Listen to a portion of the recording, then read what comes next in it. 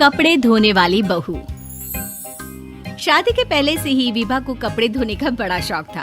कभी नल के नीचे तो कभी तालाब के पास। अरे मेरी नीली वाली लुंगी नहीं दिख रही है। विभा की अम्मा कहाँ रखी है लुंगी? अरे वो तो विभा ने परसों ही धोकर रखी थी आपकी अलमारी में। देखो वहीं होगी। वो ना मैंने आज धो दी, मुझे लगा कि गंदी हो गई होगी। अरे कैसे गंदी हो गई थी? उसे तो मैंने पहना भी नहीं। हे भगवान, इस लड़की के कपड़े धोने की आदत से परेशान हो गया हूँ मैं। जितना तो घर में राशन नहीं आता, उससे कहीं ज्यादा डिटर्जेंट पाउडर का खर्चा है।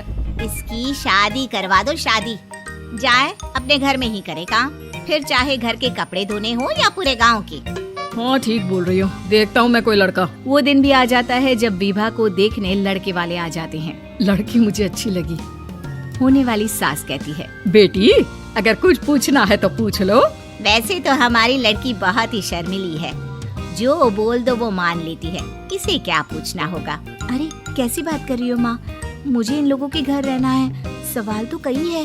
हाँ हाँ बेटा पूछ लो ना, क्या पूछना है। आप लोगों के घर कपड़े कौन धोता है? सास का मुंह बन जाता है। देखो अगर तुम ये कहना चाहती हो कि तुम्हें कपड़े धोने नहीं आते तो सुन लो, कपड़े मैं ही धोती हूँ, लेकिन तुम्हारे आ जाने के बाद मैं रुमाल तक नहीं धोऊंगी। अरे चुप रहना भाग्यवान, बहू बेचारी घर आई नहीं, उसे डराना शुरू कर दिया। वो क्या है ना बिटिया, अभी तक तो ये कल्लू की माँ ही धोती थी, लेकिन अब तुम्हारे पापा तो दहेज में वॉशिंग मशीन देंगे ही। तभी विभा की माँ बोल पड़ती है, सवाल भी पूछा तो क्या। वैसे भाई साहब, मशीन की तो फिर भी कपड़े धोने की कैपेसिटी होती है। मतलब जो बिटिया दे रहे हैं ना विभा, इसे कपड़े धोने का बहुत शौक है। ये आप लोगों के क्या, आस पड़ोस गांव मोहल्ले सबके कपड़े धो दे और उफ तक ना करे। बाहर देखा नहीं आपने कितने कपड़े सूख रहे हैं?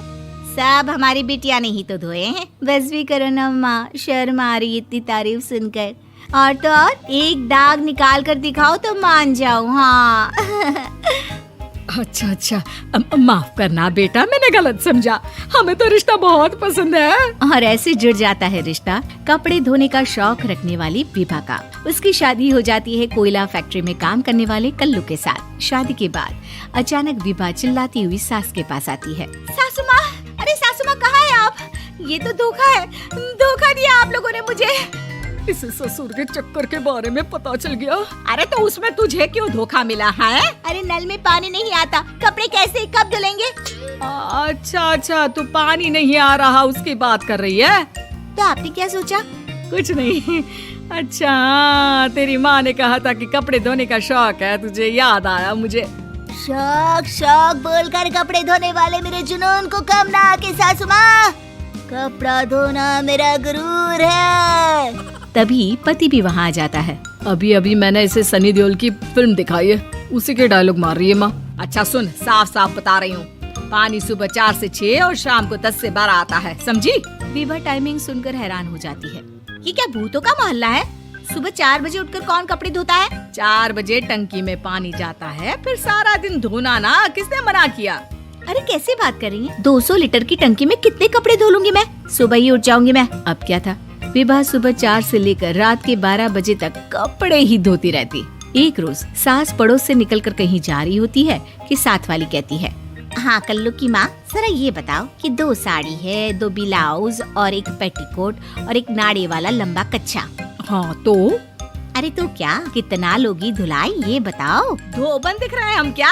हमारे पति सरकारी नौकरी से अभी रिटायर हुए हैं और बेटा सुपरवाइजर है कोयला फैक्ट्री में। धोबन समझ रखा है हमें?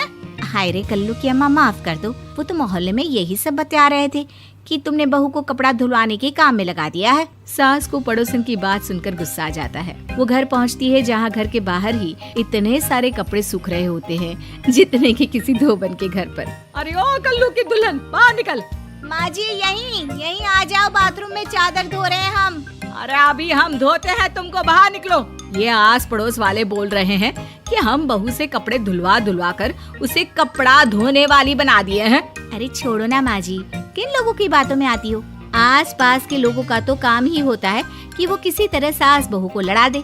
बहू सारे घर के कपड़े धोती है, ये क्या कम है? बोलिए। सास को भी लग जाता है कि वो बहू का ये सनकीपन नहीं छुड़वा सकती, इससे अच्छा है कि खुद ही चुप हो जाए। एक रोज सास और बहू मंदिर जाते हैं, जहाँ सास की साड़ी वहाँ खड़ी भीख मांगने वाली से मिलती है। माँ जी क्या बात है, आपकी साड़ी उस भिखारन से कितनी मिल रही है ना? हाँ हाँ देखो तो, दोनों की साड़ी मिल रही है। क्या बात है कल्लू की अम्मा, तुम खुद को तो अफसर की बीवी बताती हो और ऐसी सिंपल सी प्लेन साड़ी पहनकर घूमती हो। सिंपल और प्लेन नहीं है ये साड़ी। तो क्या सोने के धागे से फूल बने हैं? कुछ भी सासू माँ, कुछ भी। हाँ बने थे इस साड़ी में सोने के धागे से फूल। मेरे पति लेकर आए थे मद्रास से स्पेशली मेरे लिए 10,000 की। ताहे भाई साहब इस भिखारन के लिए भी सेम टू सेम साड़ी लेकर आए होंगे 10,000 की। सास उस वक्त कुछ नहीं कहती, लेकिन बहू के साथ घर आती है और अलमारी से एल्बम निकाल कर लाती है। ये साड़ी देख रही है, ये वही साड़ी है जिसे मैंने अभी पहना था। इस साड़ी में ये जो चमकदार फूल दिख रहे हैं ना, ये सोने के धागों से काटे गए हैं। लेकिन तू लोकल वॉशिंग मशीन ब्रश से घिस घिस कर सारे फूलों को निकाल कर साड़ी प्लेन कर दी। मुझे माफ कर दीजिए सासू माँ। और तो और, जब मैंने तुझे तेरी गलती के लिए कुछ नहीं कहा, लेकिन तूने तो सबके सामने मेरा मजाक ही बना दिया। क्यों? बहू को समझ में आ जाता है कि अब से उसका कपड़े धोना बंद।